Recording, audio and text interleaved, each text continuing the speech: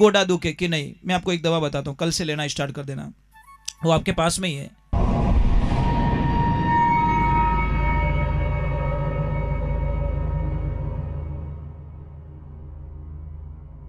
सोनू महाराज जी के भजन व प्रवचन सुनने के लिए चैनल को सब्सक्राइब करें, बेल आइकन को जरूर दबाएं, शेयर करें, कमेंट करें, लाइक तो जरूर करें। खान पान का ध्यान रखता हूँ, बहुत ध्यान रखता हूँ महाराज। मुझे 3 रोटी चाहिए तो 3 ही चाहिए, नहीं खानी चौथी तो नहीं खानी, आपो तो कटी जाओ तो हे भगवान। मिर्ची वड़ो के आने दे, लापसी के आने दे, खाटो के आने दे, ओ खायो अन पछे घरे जाने बेवे तो बेवी जे नहीं, हुए तो हुई जे नहीं, बोले तो बोली जे नहीं, हाँ लरी जे कोनी। पछे घराली पूछ्यो काई रियो थारे आड़ी तकलीफ है के मारे गैस घणो बड़े गैस कहीं थारे बंब बनी देख जे तू खायो अटरम सटरम। ये महाराज खाऊं तो ध्यान रखो, जो कम खाता है ज्यादा जिंदा रहता है, जो ज्यादा खाता है वो अपनी मौत को खुद बुलावा देता है, उससे इंसुलिन काम करना छोड़ देता हमारी बॉडी के अंदर। अगर महाराज कि नहीं गोडा दुखे कि नहीं, मैं आपको एक दवा बताता हूँ, कल से लेना स्टार्ट कर देना, वो आपके पास में ही है, मेरे पास में नहीं है। किसी ने गोडा दुखे, कमर दुखे, जॉइंट दुखे, एक इतना सा चूना गेहूं के दाने जितना सुबह में 1 गिलास गर्म पानी में लेकर उस पानी को नाश्ता या कुछ भी, नाश्ता तो करना ही नहीं चाहिए आपको, नाश्ता मत बोलो, प्रसाद बोलो। आप कहते हो मैं तो खानो जिम्मी हूं, मैं खाना नहीं कहूँ, मैं प्रसाद कहूँ, फर्क ही तो ये। आप लुगाई कहो और मैं लक्ष्मी कहूँ, फर्क ही तो ये, दूसरा कोई फर्क नहीं है। डिफरेंस इतना ही है कि आप कहो हमारी लुगाई है, मंठा है ब्रह्मा जी नहीं बन सकी, थारी कहीं बने मोंठा पड़ गई लुगाई वालो ही है। कोई कहते लक्ष्मी जने मो कौन भाई, ओ कोई है भाई, ओ कोई लक्ष्मी रो हाथ करियो, अब इन घर में जरूर कुछ न कुछ होना चाहिए। तो इतना सा चुना और 1 गिलास पानी में लेकर सुबह सुबह आप ले लिया करो महाराज। देखो आप थोड़ा रिजल्ट तो देखो, कुछ ही दिनों में आपका गोडा दुखना बंद रह जाए, कमर दुखनी बंद रह जाए। और अगर दूध को दही बनाने के लिए 100 ग्राम छाछ भी काफी है, समझ में आ रहे ने? 100 मन दूध को अगर दही बनाना है तो 100 ग्राम, एक गिलास छाछ भी काफी है। 100 लीटर दूध को या 100 मन दूध को दही बना देगी। तो कथा में अगर एक शब्द आपके जीवन में आ गया तो भी आपकी जिंदगी में बदलाव जरूर आएगा, बदला नहीं बदलाव। अब कथा सुनते सुनते सुनते मां पार्वता ऐसा आनंद आया कि सो गए, हुंकारा बंद हो गया। अब उस सुख नाम के बच्चे ने बोला कि हुंकारा बंद हो गया, तो ये भोलेनाथ नींद खुल जाएगी, ध्यान टूट जाएगा, और जैसे इनके ध्यान टूटेगा तो कथा तो आधी रह जाएगी। अब उस बच्चे ने बीच में हुंकारो देवनो स्टार्ट कर दियो।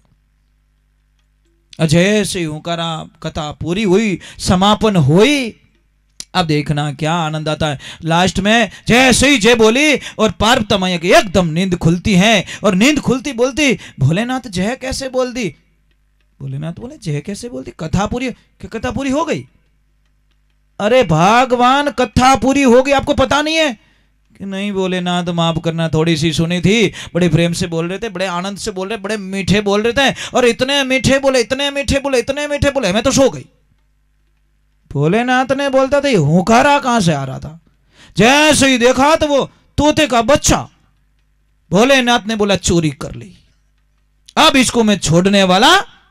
भोलेनाथ ने आव देखा ना ताव देखा, उस तोते के बच्चे के पीछे भाग खड़े हुए। अब तोता बेचारा भाग भाग के परेशान हो गया, डोकरू ही छोड़े नहीं क्या बटो सुन लीज की कर तू।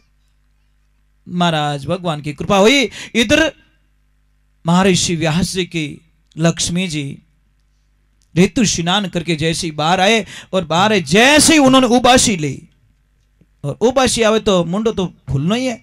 जैसे ही उबासी आई वो तोता अंदर घुस गया और अंदर जाके गर्भ में बैठ गया, कहा अब मैं शेफ हूं और मुझे पता है भोलेनाथ औरतों पे हाथ नहीं उठाते। एक ज्ञान रखना महापुरुषों, जो सचमुच में इंसान होता है, लक्ष्मी का मान सम्मान करते हैं तो मर जाएगा, पर अपनी लक्ष्मी को कभी गाली गलौज नहीं देंगे और उनके ऊपर कभी हाथ नहीं उठाएंगे और उनका अपमान नहीं करेंगे। ये 3 बात की जो आदमी पालना कर देता है, ये लक्ष्मियां आपके घर को निहाल कर देती है। तीन काम कभी मत करो, गाली मत दो। एक तो कि लक्ष्मी जी के गर्भ में जाकर वो तोता बैठ जाता है। अब क्या करते पता है? भोलेनाथ गेट पे खड़े रहते कि तू कभी न कभी तो आएगा बंदे, मैं तुझे छोड़ने वाला, जब तक तुझे मारूंगा नहीं तब तक मैं इसको छोड़ने वाला नहीं हूं। अब महाराज कुछ समय होता, महाराज जी व्यास जी महाराज पधारते और आते ही भोलेनाथ को देख के बोलते, अहो भाग्य, मेरा परम सौभाग्य कि मैंने आपके दर्शन के लिए हजारों वर्ष तपस्या की, फिर भी मेरे को आपके दर्शन नहीं हुए, और आज अहो भाग्य, भोलेनाथ मेरे द्वार पे खड़े। भोलेनाथ बोले, मैं आयो नहीं हूं, बड़ो दुखी रियोड़ू मैं तो कोई मजबूरी हूं आयो हूं। व्यास जी ने बोला, क्या हुआ, क्या समस्या हुई? कि समस्या कहीं ने एक लपड़ो हो गयो कि कहीं कि मैं आप रे माता जी ने, पार्वती जी ने मतलब अमर कथा सुनाई और एक तो सुन ली। तो व्यास जी बोले, सुनने दो ना। अरे तोता सुन ली तो, अरे वो सुन के तुम्हारी पत्नी के गर्भ में जाके बैठ गया, तुम्हारी लक्ष्मी के, और मैं औरतों पे हाथ उठाता नहीं। अब मैं इंतजार कर रहा हूं, जब तक वो जन्म नहीं लेगा तब तक मैं यहां से हटने वाला, मेरे हाथों से उसको खत्म करूंगा। व्यास जी महाराज बोले, भोलेनाथ सच में किसी ने बहुत ही सुंदर कहा कि वास्तव में बोले हो तुम, एकदम बोले।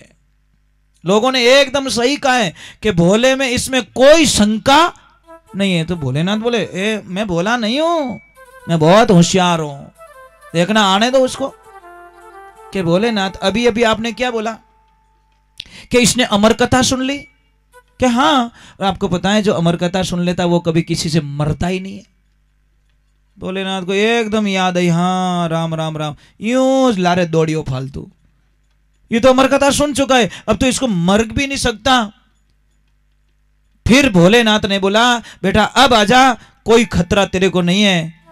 अंदर से वो बच्चा बोलता है, नहीं महाराज मैं तुम्हारे चक्कर में आने वाला नहीं हूं, तुम्हारी मत्ती क्या नहीं फिर जाए।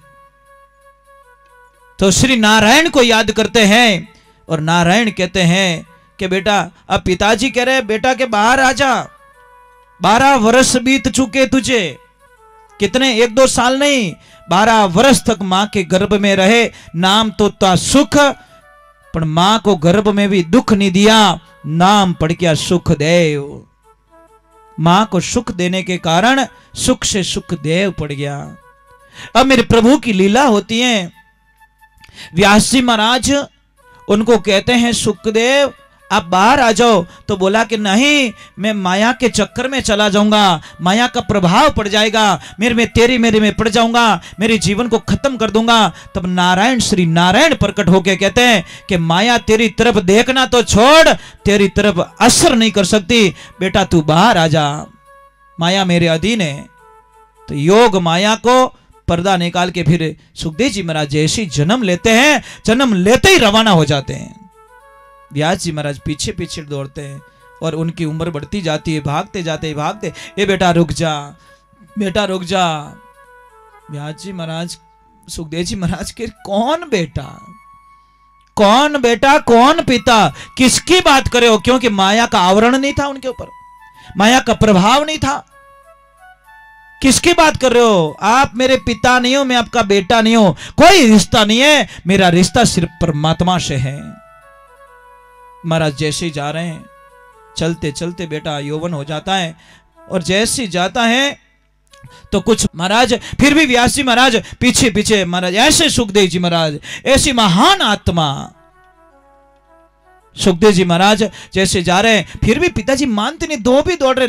देखो आसक्ति होती है ना, आसक्ति हमको छोड़ने नहीं, मोह माया का चक्कर होता ना, वो महाराज आसक्ति पर जाने का नाम नहीं लेती। और जैसे ही निकले सुखदेव जी महाराज और कहते, पिता देखिए गुरुदेव एक काम कीजिए, मैं एक कथा सुनाता हूं, एक कथा सुनाता हूं आपको। व्यास जी ने बोला सुनाओ। कि एक कोई संत महात्मा थे जो जिंदगी में कभी बाहर नहीं गए, आश्रम पे ही रहते थे, आनंद लेते थे, भगवान की भक्ति करते थे और बहुत ही आनंद में, एकदम आनंद में। अब गुरुदेव देव लोग गमन हो जाते हैं तो उस शिष्य को आदेश देते कि जाओ बेटा बस्ती जगाना और अपने जीवन को यापन करना, वस्ती जगाना पड़ेगा। संत का एक लेवल होता है, संत को वस्ती जगाना बहुत जरूरी होता है। चाहे ज्ञान के माध्यम से जगाओ, चाहे अलग निरंजन के माध्यम से, जैसे जगाना चाहते हो अपने जगाना बहुत जरूरी है। अब महाराज फिर व्यास जी बोल रहे कि हाँ बोल बेटा। आगे क्या हुआ कि आगे क्या हुआ, जब वो महात्मा जी थोड़ी उम्र कम भी थी, रूप भी इतना सुंदर था, अब गए, उनको पता ही नहीं कि भिक्षा कहां से लूं मैं।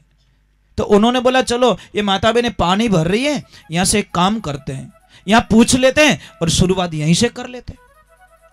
और जैसे ही पनघट पे गए और महात्मा जी ने बोला मैया सबको प्रणाम, तो सबने आनंद लिया। एक बाई थी, वो बाई बोली हे भगवान, हे कृष्ण, हे मेरे राम, कितने सुंदर है महाराज जी, कितने रूपवान है, देखो इनका शरीर देखो, चांद की चांदनी चमकती जैसे इनका यौवन चमक रहा है।